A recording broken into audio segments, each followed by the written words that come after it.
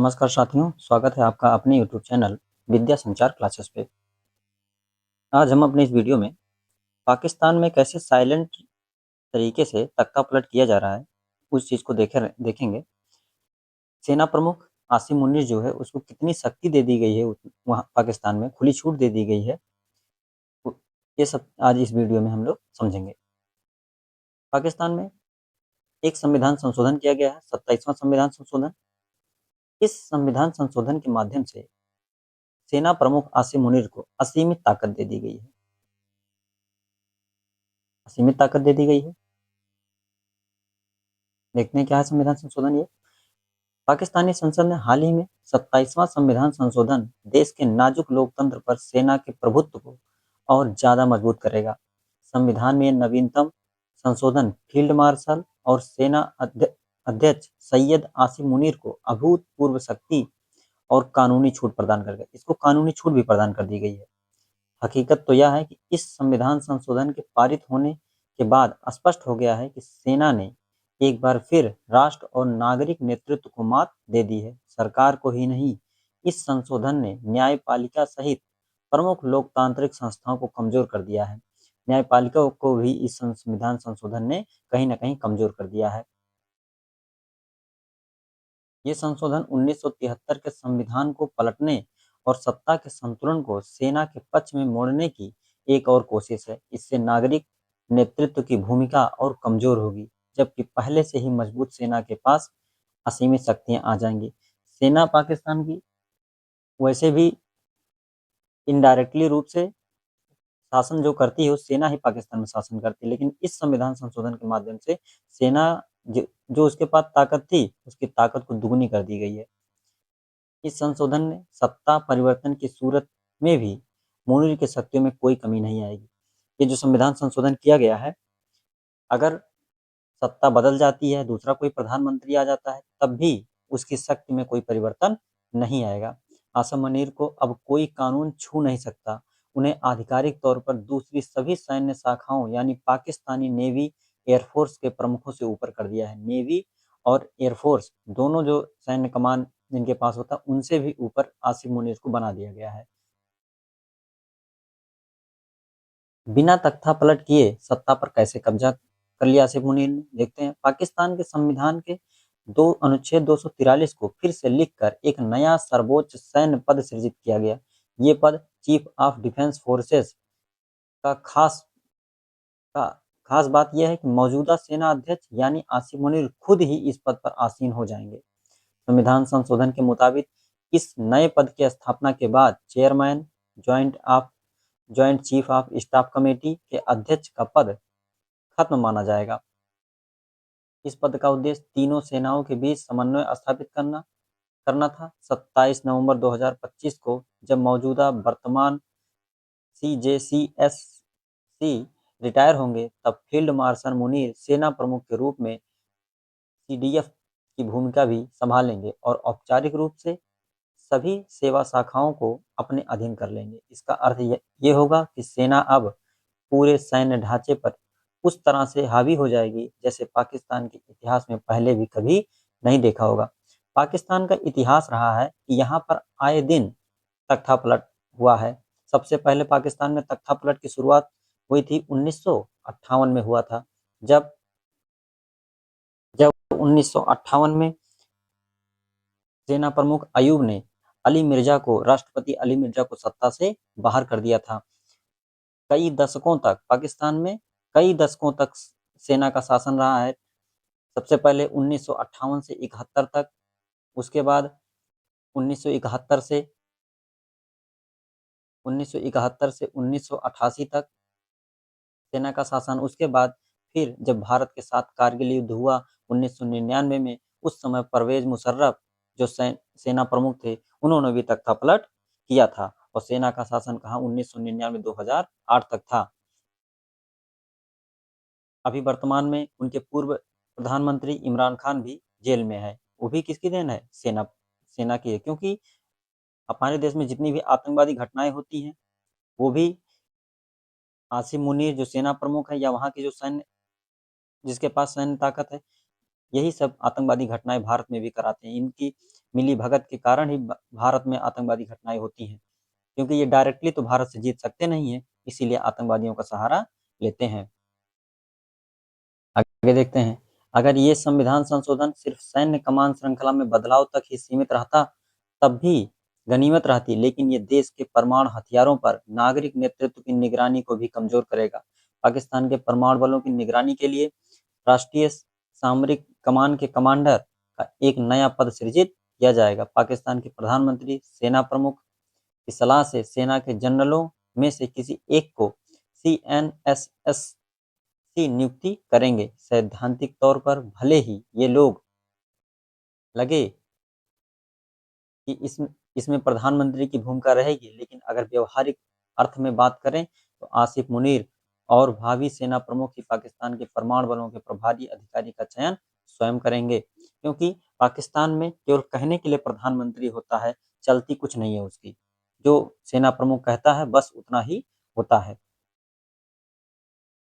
ये कमांडर फिर सेना के कमान श्रृंखला के माध्यम से मुनीर को ही रिपोर्ट करेंगे। इससे राष्ट्रीय कमान प्राधिकरण का नियंत्रण कमजोर हो सकता है। NCA का गठन परमाणु कार्यक्रम संबंधी निर्णय लेने में असैन्य नेताओं और सभी सेना प्रमुखों को शामिल करने के लिए किया गया था। वर्तमान NCA प्रणाली में राजनीतिक निर्णय, विशेष रूप से परमाणु हथियारों के उपयोग से संबंधित फैसले लेने के लिए सामूहिक सुझाव की जरूरत होती है, और ये सब काम प्रधानमंत्री की अध्यक्षता में होता है। हालिया संविधान संशोधन परमाणु कमान को सेना द्वारा चुने गए एक जनरल के अधीन कर देगा। मुनीर को इस संविधान संशोधन ने कानून से भी ऊपर बना दिया। इसके अलावा चिंता की बात यह है कि अभूतपूर्व कदम के तहत एक लोकतांत्रिक देश में नेताओं और अधिकारियों को जवाबदेह न ठहराने से शीर्ष सैन्य अफसरों को व्यापक व्यक्तिगत विशेषाधिकार मिल गए हैं। अब वो एक कानून से भी ऊपर हो गए हैं, किसी कोर्ट में उन पर मुकदमा नहीं चलाया जा सकता। ये संशोधन 5 सितारा रैंक तक पहुंचे किसी भी अफसर को आजीवन संवैधानिक संरक्षण प्रदान करता है। आजीवन संवैधानिक संरक्षण प्रदान करता है। बताइए, जो 5 सितारा रैंक का अधिकारी होगा उसको आजीवन संरक्षण प्रदान करेगा।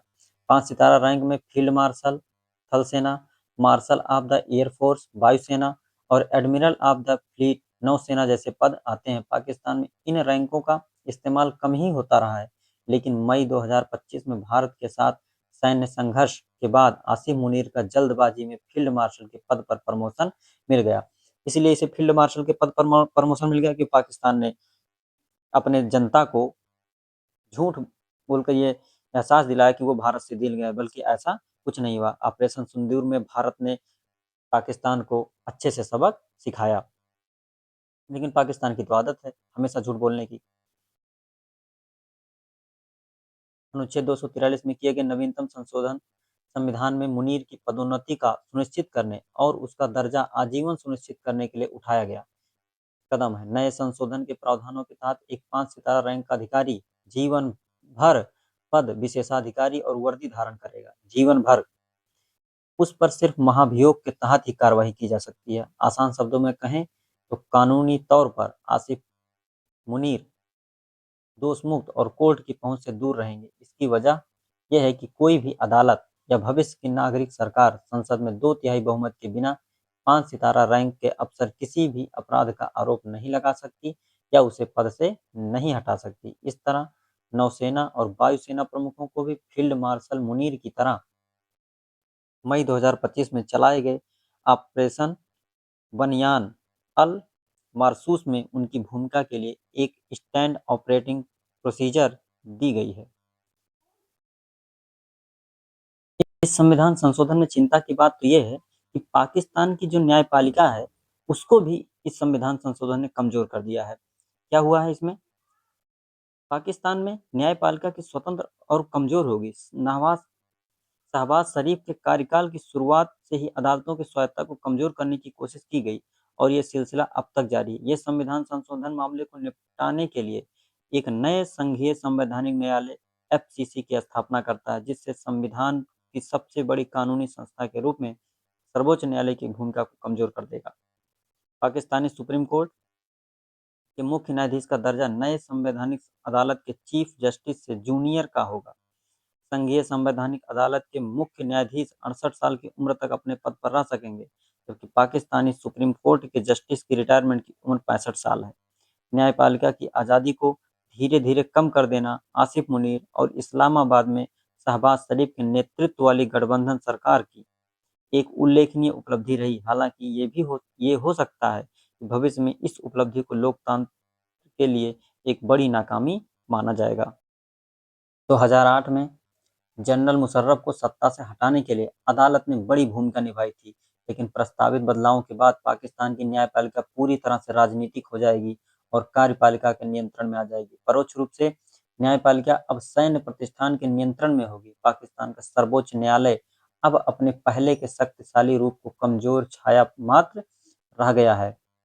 फिलहाल पाकिस्तान की खुशकिस्मत यह है कि मुनीर और शहबाज शरीफ के मुख्य न्यायाधीश यह अफरीदी को अपने कार्यकाल तक पाकिस्तान के मुख्य न्यायाधीश के पद पर बनाए रखने का फैसला किया। उसके बाद पाकिस्तान के मुख्य न्यायाधीश का पद वो जस्टिस संभालेंगे जो संघीय संवैधानिक न्यायालय और पाकिस्तान के सर्वोच्च न्यायालय में वरिष्ठ होंगे। आगे है नाना और माँ के बलिदान को भूले बिलाल।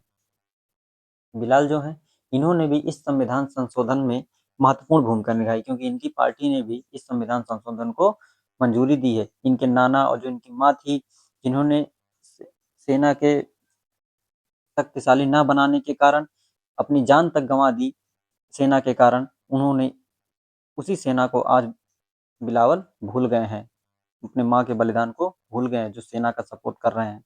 वैसे सबसे दुखद बात है कि पाकिस्तान के राजनीतिक नेतृत्व में आसिफ मुनीर मजबूत करने वाले इस संवैधानिक संशोधन में सहमति जताकर झुकने का काम किया।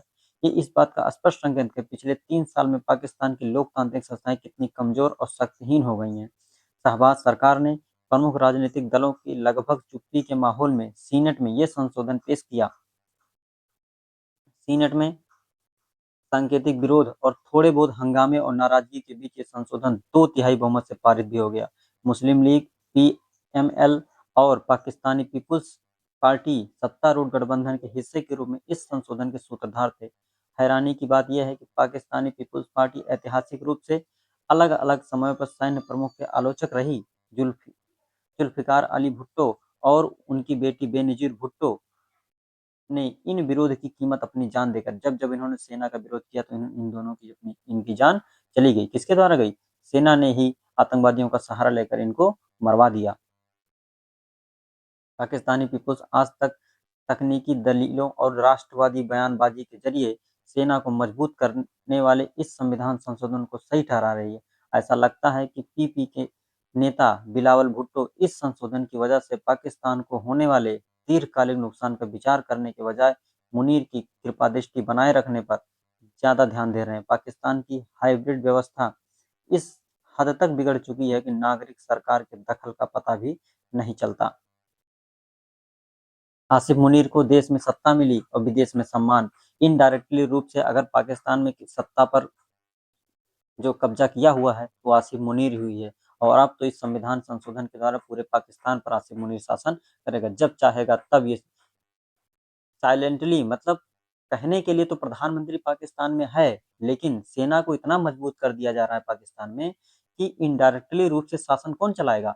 आसिफ मुनीर चलाएगा, सेना प्रमुख चलाएगा। और ये भारत देश के लिए भी अच्छा नहीं है, क्योंकि जो सेना प्रमुख आसिफ मुनीर है, ये कब जो इसका प्रमोशन आजकल हो रहा है, ये अपने देश में झूठ बोल बोल कर कि हमने ऑपरेशन सिंदूर में भारत के रफाल गिरा दिए, ये गिरा दिए, बल्कि ऐसा कुछ नहीं है। इसी कारण इसको प्रमोशन मिल रहा है। इसी कारण भारत का नाम ले लेकर ये अपनी शक्ति को और मजबूत कर रहा है कि मैं भारत से बदला लेना, ये है वो है। लेकिन ऐसा ये कुछ नहीं। जिस दिन ये भारत से टकरा गया, रियलिटी में भारत से जिस दिन ये टकरा गया, उस दिन आसिफ मुनीर परवेज मुशर्रफ की तरह ही देश छोड़कर भागेगा।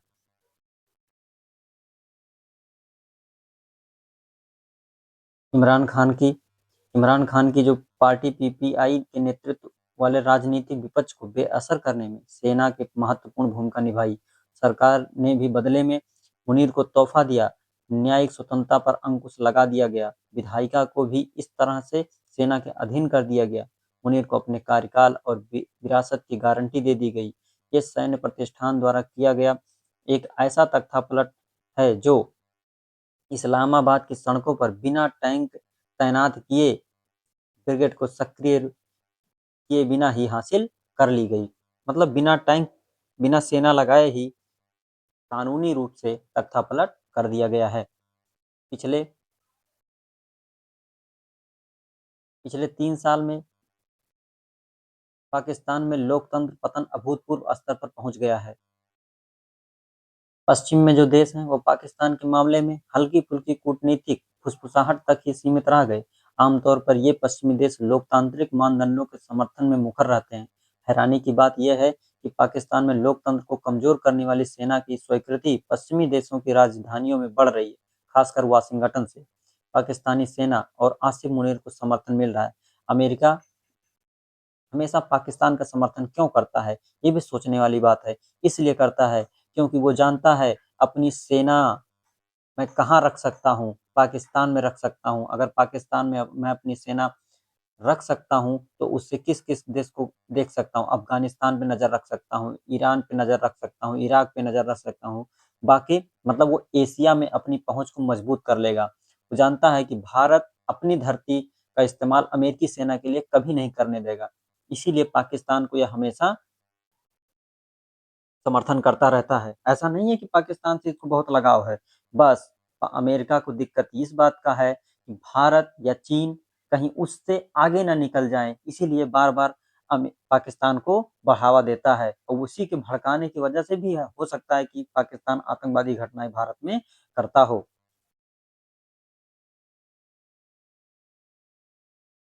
देखते हैं, अमेरिकी राष्ट्रपति डोनाल्ड ट्रंप ने मुनीर की खुलकर प्रशंसा की। उन्हें पसंदीदा फील्ड मार्शल भी बता दिया। आधिकारिक तौर पर व्हाइट हाउस में उनका स्वागत भी किया गया। हालांकि एक वास्तविकता ये भी रही कि पाकिस्तान में सैन्य शासन को अमेरिकी हमेशा से बढ़ावा देता रहा है। इनडायरेक्टली रूप से अमेरिका भी सैन्य शासन को पाकिस्तान में बढ़ावा देता रहता है। अमेरिका चाहता है ही है कि ये पाकिस्तान जो है हमेशा इसी रूप में हमेशा ऐसे ही दबा रहे। दबा रहेगा तो उसको भड़काएगा। अमेरिका भड़काने पर पाकिस्तान क्या करेगा? भारत पर आतंकवादी हमला करेगा। लेकिन पाकिस्तानियों को इतना तो बुद्धि है नहीं कि क्या सही है, क्या गलत है।